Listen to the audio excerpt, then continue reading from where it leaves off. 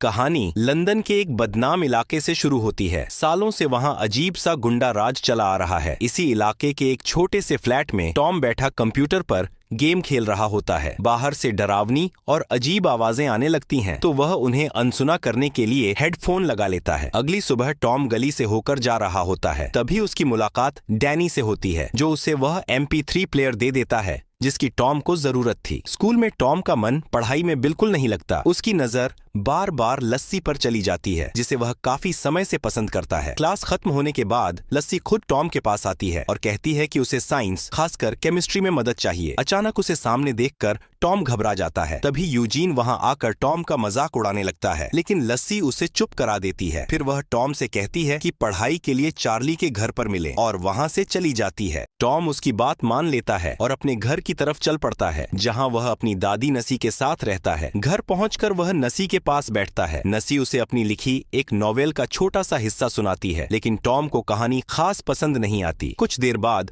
वह लस्सी से मिलने के लिए घर से निकल जाता है। जब टॉम चार्ली के घर पहुंचता है तो वहां का नजारा देखकर वह सन्न रह जाता है। एक आदमी बेहोश हालत में जमीन पर पड़ा होता है। तभी कुछ ही देर में गुंडों का एक झुंड कमरे से बाहर निकलता है, जो किसी की वीडियो बना रहे होते हैं। डर के मारे टॉम भागने लगता है, लेकिन एक गुंडा उस पर गोली चला देता है। इसके बाद सभी वहां से फरार हो जाते हैं। 10 दिन बाद टॉम की आंखें अस्पताल में खुलती हैं। डॉक्टर उसे बताते हैं कि भागते वक्त उसका फोन उसके सिर के पास था और गोली फोन से टकराई, जिससे मोबाइल के कुछ टुकड़े उसके सिर में चले गए। गनीमत रही कि ज्यादा नुकसान नहीं हुआ। जाते जाते डॉक्टर उसे चेतावनी देते हैं कि अगर कुछ भी अजीब महसूस हो तो तुरंत बताना। तभी टॉम ने घबराकर लस्सी के बारे में पूछा। नसी ने उसे बताया कि लस्सी अब ठीक है और अस्पताल से छुट्टी भी मिल चुकी है। घर लौटते वक्त टैक्सी ड्राइवर टॉम को अजीब नजरों से देख रहा था, जिससे वह झुंझला गया। चलते चलते जब उसकी नजर मीटर पर पड़ी तो उसे एक अजीब सा एहसास हुआ और वह फिर से बेहोश हो गया। होश आया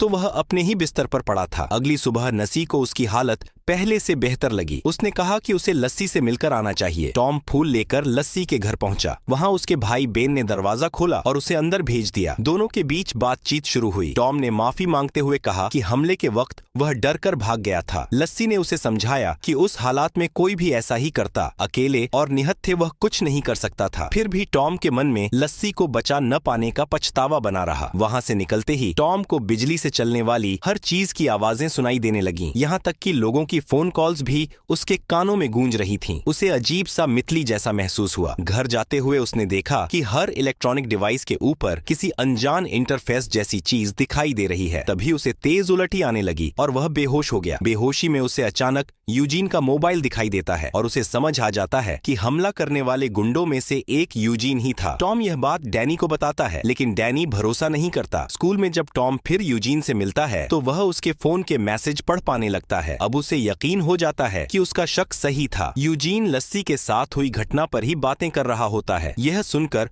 टॉम का गुस्सा फूट पड़ता है। वह अपनी नई ताकत का इस्तेमाल करके यूजीन का फोन तोड़ देता है। उसी रात टॉम डैनी के साथ एक पार्टी में जाता है। वहां सोफे पर बैठे बैठे वह लोगों के फोनों में झांकता है और समझ जाता है कि लस्सी पर हमला करने वाले असली लोग कौन थे। सच सामने आते ही उसका गुस्सा और बढ़ जाता है। वह यूजीन की ओर बढ़ता है। लड़ाई होने ही वाली होती है, लेकिन डैनी बीच में आकर टॉम को वहां से ले जाता है। इसके बाद टॉम लस्सी से मिलने उसके घर पहुंचा। बाहर बात करते हुए उसने देखा कि यूजीन अपने गुंडों के साथ बास्केटबॉल कोर्ट की तरफ जा रहा है। उन्हें देखते ही लस्सी घबरा गई। उसकी हालत देखकर टॉम ने बदला लेने का मन बना लिया। उसने अपनी दिमागी ताकत से यूजीन के फोन पर एक अनजान नंबर से मैसेज भेजा कि वह उसे सबक सिखाने आ रहा है। अगली सुबह टॉम ने अपने दुश्मनों का पीछा शुरू किया। वे एक गैर कानूनी डीलर से मिलने जा रहे थे। चलते चलते टॉम ने यूजीन का फोन हैक कर लिया और फोन के माइक से उनकी बातें सुनने लगा। वहां से निकलने के बाद भी उसने उनका पीछा नहीं छोड़ा। वह जानबूझकर उनके कमरे में लगी इलेक्ट्रिक चीजों से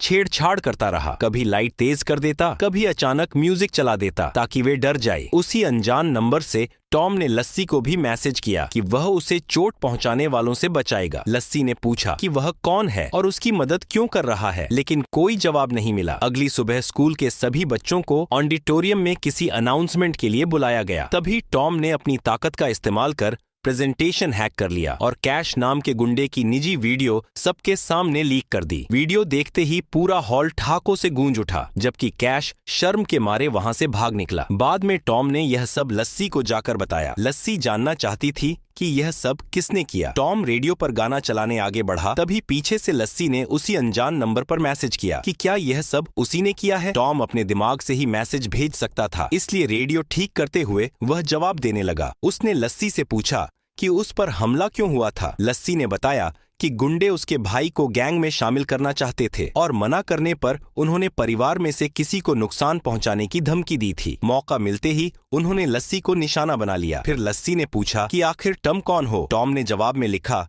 कि वह उसे आई बॉय कह सकती है। कुछ दिनों बाद टॉम और लस्सी रात में घर लौट रहे थे, तभी यूजीन और उसकी गैंग ने उन्हें रोक लिया। वे लस्सी का मजाक उड़ाने लगे और अनजान नंबर वाले मैसेजेस के बारे में पूछने लगे। यूजीन ने टॉम को पकड़कर सच्चाई बताने को कहा। उसी पल टॉम ने अपने दिमाग से उनके फोन पर मैसेज भेज दिया कि गलत आदमी को पकड़ा है। मैसेज देखकर यूजीन उलझन में पड़ गया और इसी मौके का फायदा उठाकर टॉम और लस्सी वहां से भाग निकले। यह सब देखकर टॉम समझ गया कि गुंडे लस्सी का पीछा छोड़ने वाले नहीं हैं और उसने ठान लिया कि वह उन्हें सबक सिखाकर ही रहेगा। उसे पहले से पता था कि यूजीन और उसकी गैंग कार चोरी करने वाली है। जैसे ही वे गाड़ी खोलकर अंदर घुसे, टॉम ने अपनी ताकत से कार लॉक कर दी। सभी लड़के घबरा गए। टॉम ने कार का रेडियो ऑन किया और अपनी आवाज बदलकर उनसे बात की। उसने धमकाते हुए पूछा कि उनकी गैंग का लीडर कौन है, लेकिन कोई कुछ बताने को तैयार नहीं हुआ। तब टॉम ने अपनी शक्ति से इंजन को तेज कर दिया। गाड़ी से धुआं निकलने लगा और देखते देखते आग भड़क उठी। यह देखकर कैश बुरी तरह डर गया और चिल्लाकर बोला कि लीडर का नाम कट्स है और वे सिर्फ स्कूल जाने वाले लड़के हैं। उसकी गुहार सुनकर टॉम ने लॉक खोल दिया और सभी धमाके से पहले बाहर निकल आए। लेकिन टॉम का बदला अब भी खत्म नहीं हुआ था। अब उसने अपनी ताकत से कट्स का पूरा पता निकाल लिया, जबकि उसे यह नहीं पता था कि उसका दोस्त डैनी भी उसी गैंग से जुड़ा है। कट्स अपने साथियों के साथ टीवी देख रहा था, तभी स्क्रीन पर उसकी गाड़ी की रिकॉर्डिंग चल पड़ी। टॉम ने गाड़ी खोलकर उसमें पेशाब कर दिया था। यह देखते ही कट्स गुस्से में बाहर दौड़ पड़ा। जैसे ही वह फ्लैट से निकला, टॉम अंदर घुस गया और घर के सारे इलेक्ट्रॉनिक सामान खराब कर दिए। साथ ही उसने वहां छुपाए गए ड्रग्स भी उठा लिए। कट्स लौट कर आया तो उसका घर पूरी तरह तबाह था और माल भी गायब। गुस्से से वह बौखला गया। उधर लस्सी ने टॉम से कहा कि वह इस हफ्ते से दोबारा क्लास जाना शुरू करेगी और अब पहले से बेहतर महसूस कर रही है। फिर दोनों आई बॉय के बारे में बात करने लगे, जो गैंग्स पर हमले करके मशहूर हो रहा था। टॉम जानना चाहता था कि लस्सी क्या सोचती है। लस्सी ने कहा कि आई बॉय अकेला कुछ नहीं बदल सकता। अगर इलाके को सच में ठीक करना है तो सिर्फ छोटे हमलों से काम नहीं चलेगा। यह सुनकर टॉम ने ठान लिया कि वह इस इलाके से क्राइम जड़ से खत्म करेगा। उसे पहले से पता था कि कौन कौन से लोग गैर कानूनी धंधों में शामिल हैं। उसने चुपचाप उनके घरों में ड्रग पैकेट्स छुपाए और फिर पुलिस को सटीक जानकारी दे दी कि कहां-कहां रेड करनी है। नतीजे में कई ड्रग डीलर पकड़े गए। ऊपर से टॉम ने उन गुंडों के बैंक अकाउंट से पैसा भी निकाल लिया और सबूतों की वीडियो इंटरनेट पर डाल दी ताकि आई बॉय के नाम से उनका डर फैल जाए। इन रेड्स में यूजीन और उसकी गैंग भी पकड़ी गई। इलाके के लोग अब पहले से सुरक्षित महसूस करने लगे। इसी बीच टॉम की ताकत तेजी से बढ़ रही थी और उसका व्यवहार भी बदलने लगा था। वह सिर्फ नजर डालकर शहर के कई हिस्सों की लाइट बंद कर सकता था। कुछ दिनों बाद कट्स को अपने बॉस एलमान से बात करते दिखाया जाता है। एलमान उसे धमकाता है कि धंधा ठप हो गया है और अगर जल्दी मुनाफा नहीं आया तो अंजाम बुरा होगा। टॉम अपनी ताकत से पूरी कॉल सुन लेता है और गैंग लीडर का नाम भी जान जाता है। उधर कट्स यह पता लगाने में जुट जाता है कि आई बॉय आखिर है कौन और पुलिस तक खबर कौन पहुंचा रहा है। वह अपनी गैंग को आदेश देता है कि आसपास के सभी फ्लैट से फोन और इलेक्ट्रॉनिक सामान चुरा लिया जाए। इसके बाद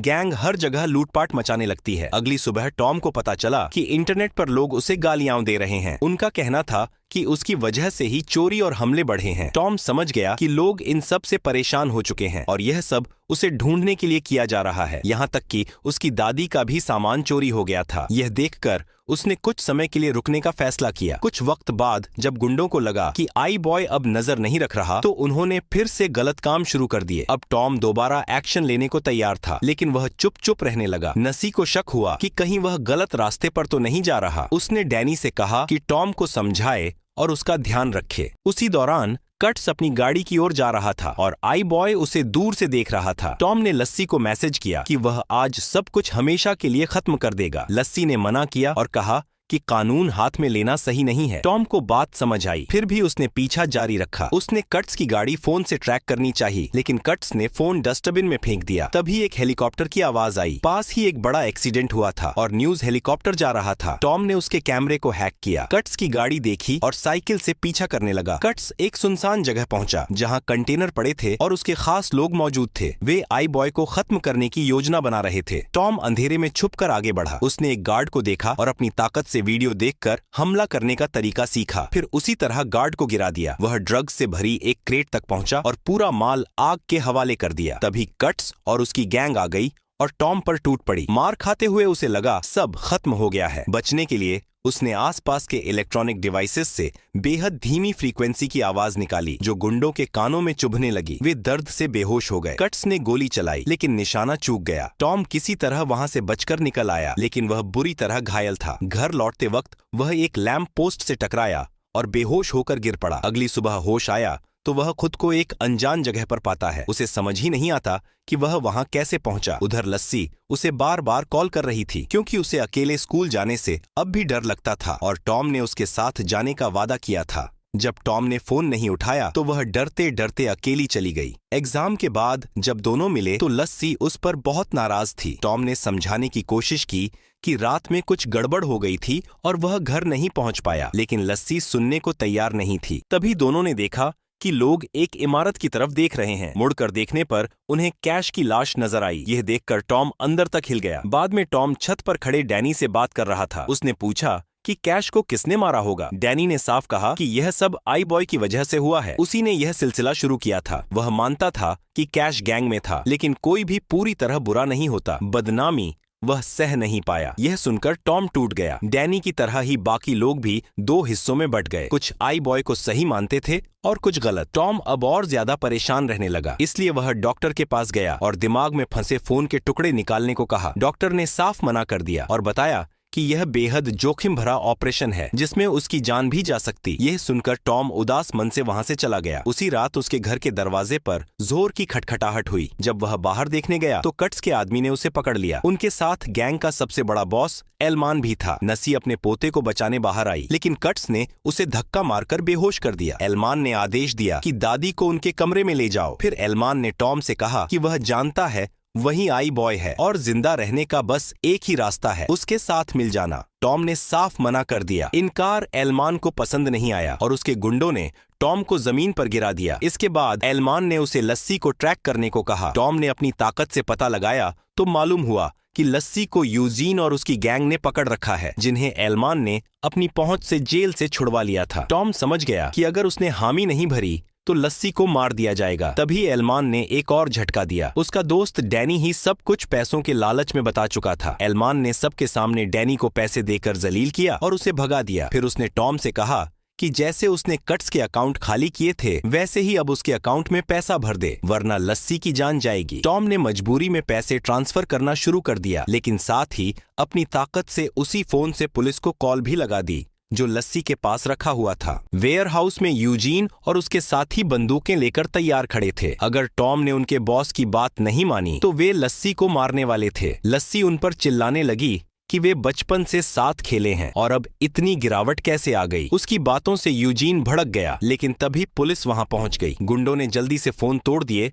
और लस्सी को पकड़कर एक कोने में छुपा दिया। वह चिल्लाना चाहती थी मगर उसका मुंह बंद था, इसलिए पुलिस उसकी आवाज नहीं सुन पाई। फोन टूटते ही टॉम के शरीर में हल्का झटका सा लगा। यह देखकर एलमान को शक हो गया और वह टॉम को लेकर उसी वेयरहाउस की तरफ चल पड़ा। पुलिस से छुपते वक्त यूजीन की बंदूक जमीन पर गिर गई थी। मौका पाकर लस्सी ने बंदूक उठा ली, लेकिन तब तक पुलिस जा चुकी थी। उसने बंदूक के दम पर तीनों गुंडों को घुटनों पर बैठने को कहा, मगर वह गोली नहीं चला पाई और बाहर निकलने लगी। तभी एलमान अपने आदमियों के साथ पहुंच गया। गुंडों को देखकर लस्सी घबरा गई और यूजीन ने पीछे से हमला कर बंदूक छीन ली। उसी वक्त एक गुंडे ने टॉम के सिर पर बंदूक से वार कर दिया और हालात फिर उनके काबू में आ गए। एलमान ने टॉम से कहा कि अपना अधूरा काम पूरा करे और उसके अकाउंट में पैसे भरे। इस पर टॉम ने कहा कि अब बहुत हो चुका। उसने अपनी ताकत सबके फोनों पर फोकस कर दी। एलमान खतरा समझ गया और अपना फोन दूर फेंक दिया, लेकिन बाकी गुंडों को मौका नहीं मिला। उनके जेब में रखे फोन फट गए और वे बुरी तरह घायल हो गए। इससे यूजीन का ध्यान भटका और लस्सी ने उस पर हमला कर दिया। इसी अफरा तफरी में एलमान वहां से भाग निकला। टॉम उसे ढूंढते हुए बाहर गया, लेकिन एलमान ने पीछे से लोहे की रॉड से हमला कर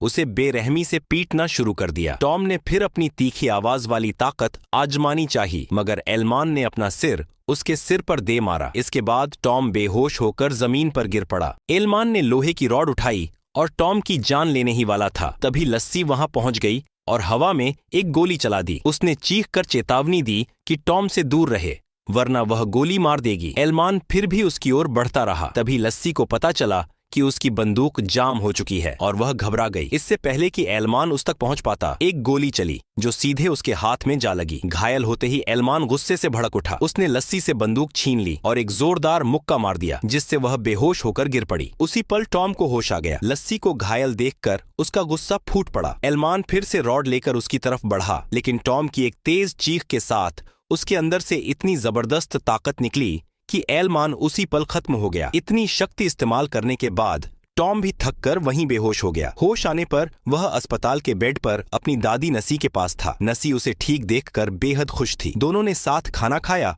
और घर लौट आए। घर के पास टॉम की मुलाकात डैनी से हुई, जिसने माफी मांगी और कहा कि उसने बहुत गलत किया। उसने यह भी कहा कि उसे एलमान का दिया पैसा नहीं चाहिए। टॉम ने कहा कि उसने लस्सी पर हमला करने वाले गुंडों को पकड़वा दिया, लेकिन कभी यह नहीं सोचा कि वीडियो कौन बना रहा था। डैनी चुप हो गया। टॉम ने उसे समझाया कि अभी भी सुधरने का वक्त है। आखिर में टॉम और लस्सी बिल्डिंग की छत पर मिले, जहां टॉम ने एक छोटा सा रोमांटिक डिनर रखा था। दोनों ने एक दूसरे को चूम लिया। खुश थे कि लंदन का सबसे बड़ा क्रिमिनल बॉस अब खत्म हो चुका था। वीडियो पसंद आए तो लाइक करें, चैनल को सब्सक्राइब करें।